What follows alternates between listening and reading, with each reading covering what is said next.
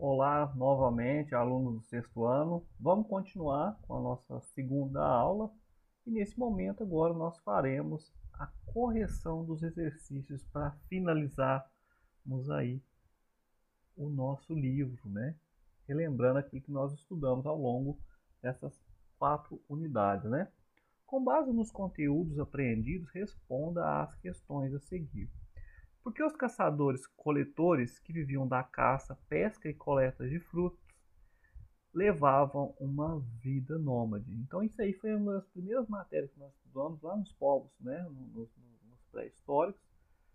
Então eles eram nômades porque dependiam das condições geográficas para sua subsistência. Em cada região existiam grupos humanos pertencentes a etnias diferentes e utilizavam os espaços territoriais de acordo com suas necessidades. Ou seja, quando a gente fala que um povo ele é nômade, é que ele não está fixo em um lugar determinado. Isso porque só vai ser possível que o homem se fixe em algum lugar a partir do momento que ele consegue dominar a agricultura, né, que ele consiga plantar os seus alimentos. E isso leva algum tempo para que ele se estabeleça nesse lugar. Então, se ele tem alimentos ali próximos que ele consegue plantar, manusear as sementes e fazer o plantio, e isso vinha a ser a fazer parte da dieta dele, e também a criação de animais. Isso também vai ser necessário a partir e vai ser possível através do domínio do fogo, né? A partir do momento que ele domina o fogo, ele consegue ter uma temperatura ideal para que ele se aqueça do frio e possa espantar os animais que porventura venham a caçá-lo. Então, eram nômades porque dependiam das condições geográficas para a subsistência. Então eles fixavam ou eles estavam sempre buscando espaços que pudessem servir para eles, se fossem ideais para que eles pudessem caçar, que tivessem animais para que eles caçassem, tivessem peixes, rios que oferecessem peixes para eles pescarem, que tivessem ali alimentos, né, de qualidade, frutos que eles fossem, que, que fossem comestíveis. Então é nesse sentido que há a necessidade deles serem nômades. De que forma o final da última era glacial influenciou o aumento na coleta de alimentos como fonte de subsistência? A mudança climática que causou alterações no nível do mar forçou a população a deixar as montanhas e a descer para as terras dos vales em busca de caça, que estava cada vez mais escassa. A necessidade de encontrar alimentos para subsistência favoreceu os grupos humanos do Neolítico a coletar e armazenar cereais para serem plantados e colhidos. Então a gente vai ter aí o momento do surgimento, aí, do desenvolvimento do sedentarismo, a partir do momento que grupos humanos conseguem plantar e obter seus alimentos. Por que o plantio de grãos favoreceu a vida sedentária, né? Então a agricultura oportunizou a produção de excedentes de alimento. Esse alimento na produção, esse aumento na produção de alimentos favoreceu diretamente o aumento populacional ao longo do tempo, motivando a fixação de residência, o sedentarismo. Ou seja, a partir do momento que é aquilo que eu disse anteriormente, os grupos humanos só vão ser capazes de se tornarem sedentários, de fixarem em um determinado lugar, a partir do momento que nesse lugar eles dominem a produção de grãos. E esses grãos vão oferecer para eles alimento. Então eles mesmos vão estar plantando o seu próprio alimento. E aí vai gerar um tempo para que eles colham esses alimentos. Isso quer dizer que não é de uma hora para outra, né? É o que eu falo também, que embora eles sejam nômades, embora eles se tornem sedentários, algumas práticas de povos nômades eles não vão deixar, como caçar ou pescar, né? É igual hoje nós somos, no sentido nós temos residências fixas, embora nós não necessitemos de caçar, porque nós vivemos num mundo capitalista, no qual a gente compra os nossos alimentos, a gente não deixa, né, ou algumas pessoas não deixam de ir a um, a um rio, né, para fazer uma pesca. Algumas pessoas ainda caçam, né, embora a caça de animais silvestres seja ilegal, né, mas o fato é que as práticas não mudam tão assim radicalmente. Isso quer dizer que a partir do momento que se tornam sedentários, eles não vão mais caçar ou não vão mais pescar. Não é isso, né?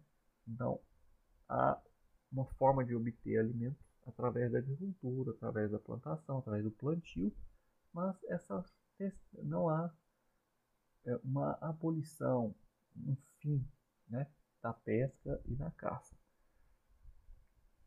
Qual a relação entre a invenção do arado e a possibilidade de ter excedentes em alimentos? Então, o desenvolvimento do instrumento para o trabalho na agricultura favoreceu o aumento na produtividade.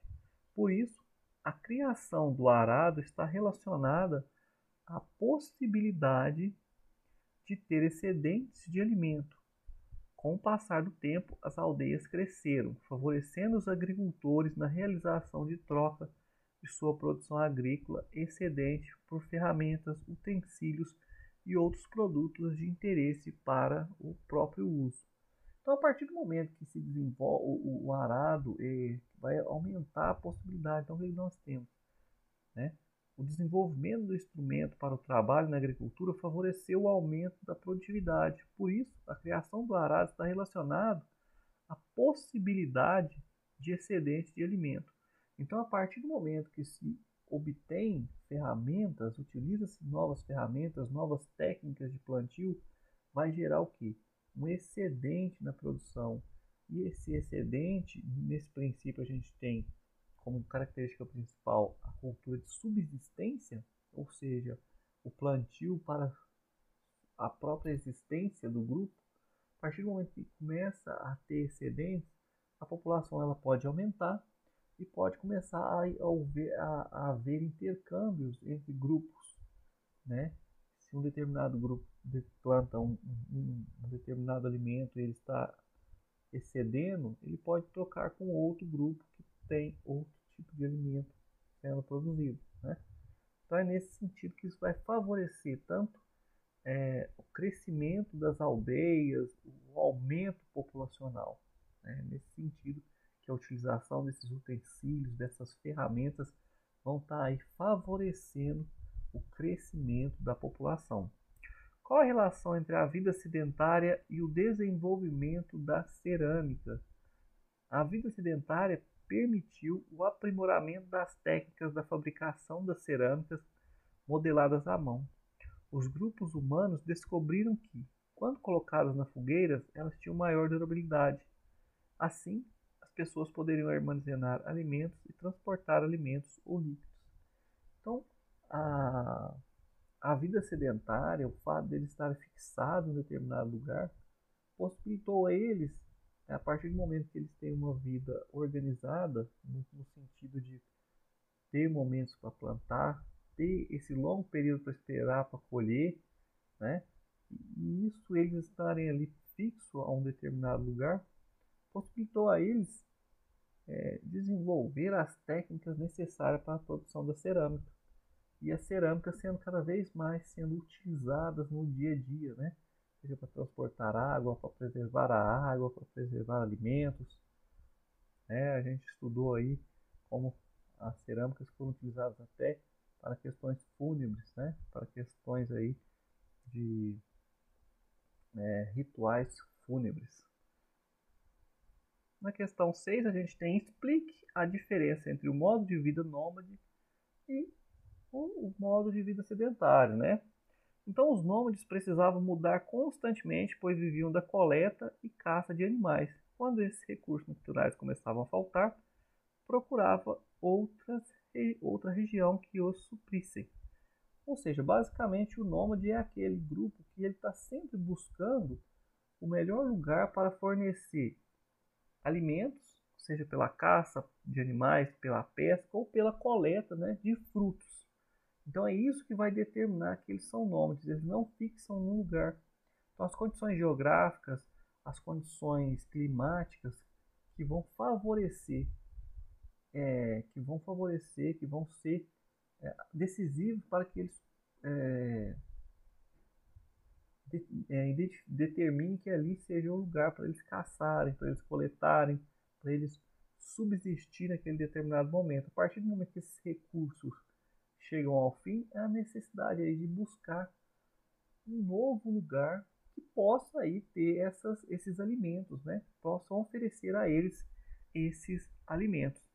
Já os sedentários fixaram residência e podiam construir casas, praticar agricultura e criar animais. Então é a criação de animais que vão oferecer para eles carne, o couro, né, para aquecer. Isso vai e a agricultura, né, a plantação que vai gerar os seus alimentos. Isso vai possibilitar que eles se fixem a um determinado lugar. Na questão número 7, a gente tem um texto, né? Leia o texto a seguir. Uma mulher branca e uma negra dividem um banco de metrô.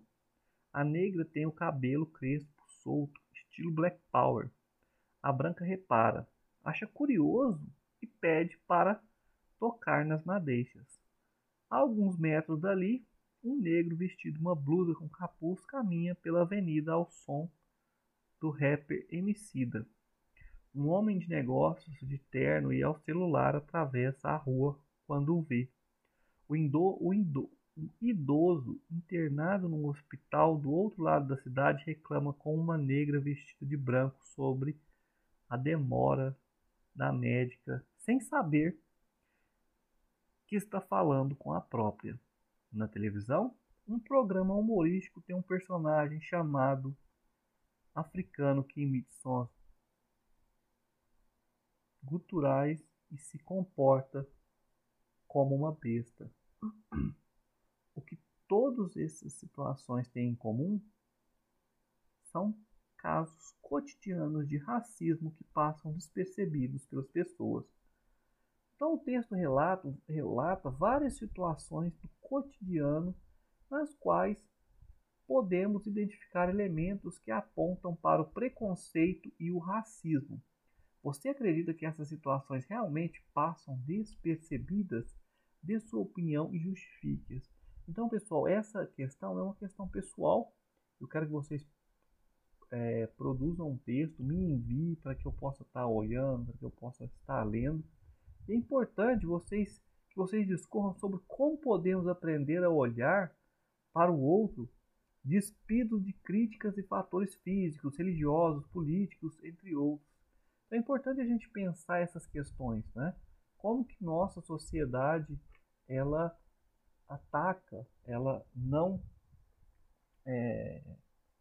como que a nossa sociedade, um dos fatores interessantes é pensar que nós temos aproximadamente 52% da população que se declara negra, e embora a gente não tenha essa representatividade das pessoas nos melhores cargos, né? Por que que isso ocorre? Então, quando você vê uma pessoa, uma mulher negra com um jaleco branco e um senhor faz esse comentário, como no texto, isso prova que há poucos médicos negros exercendo cargo de medicina, que é uma das profissões mais almejadas, né, pela população. E por que que há essa discrepância em relação à população negra e à ocupação desses cargos? Então é isso que eu quero que vocês reflitam. Por que que isso ocorre? Como que nós estudamos a história e a partir do momento que nós começamos a estudar a história, nós começamos a perceber essas nuances, né? Importante a gente perceber aqui que vocês já têm uma bagagem para construir um pensamento sobre isso. Pensemos, né, que nós estudamos aqui. De que maneira os povos africanos chegaram até o nosso país? Eles são originários daqui? Qual foi qual foi o objetivo de trazê-los para cá? Então, ou seja, eles foram trazidos para cá como mercadoria, foram vendidos, foram retirados dos seus lares. Quando a escravidão acaba, eles não só não tiveram direito a voltar ao continente de origem deles, e muito menos fazer parte da sociedade brasileira, porque não foi garantido para eles direito, não foram garantidos para eles um pedaço de terra. E isso impacta, e isso reverbera no nosso presente, no nosso momento. Então, estudar a história é olhar para o nosso presente, identificar os problemas que a nossa sociedade tem e entender as raízes deles. Então, quando a gente busca estudar o passado, então muitas das vezes nós vamos trazer respostas para o nosso tempo. Então, é nesse sentido que nós trabalhamos a história, tá bom? Na questão número 7, como, com a ajuda do professor, identifique os mapas escrevendo os títulos nos espaços correspondentes. Então aqui a gente tem o mapa 1, é o mapa mundi, ou planisférico. O mapa 2 é o mapa político da África. Então aqui a gente tem o mapa político da África. E aqui a gente tem o mapa mundi, né? Ou planisfério, mas normalmente ele é mais conhecido como mapa mundi.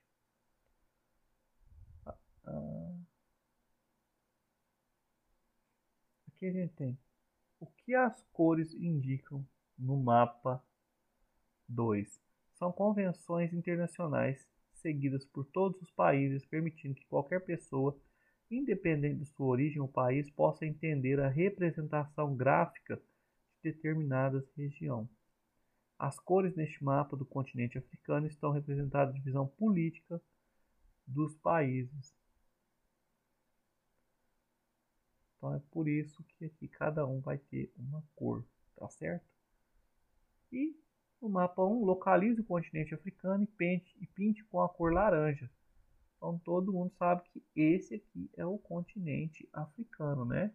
Só olhar aqui nesse mapa aqui, a gente vai ver aqui que aqui é o continente africano, ok? Pinte de azul os oceanos e nomeie-os. Então, na verdade, é só pintar aqui, né? A gente tem o Oceano Pacífico, o Oceano Atlântico, o Oceano Índico.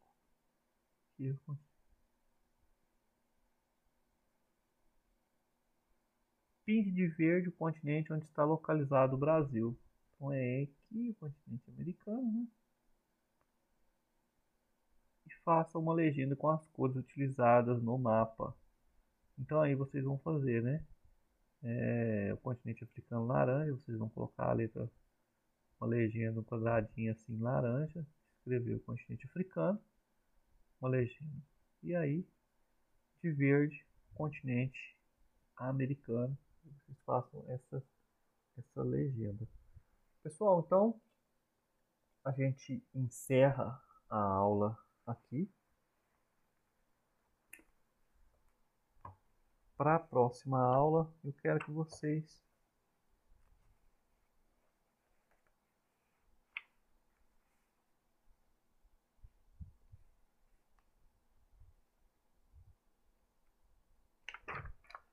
eu vou encerrar por aqui e aí eu vou escrever lá no grupo qual vai ser a tarefa de vocês, tá bom? Porque esse vídeo não fica muito longo. Então, nos vemos. Eu vou escrever lá e na próxima semana a gente vai ter as orientações para o trabalho. Tchau, tchau, pessoal. Bons estudos.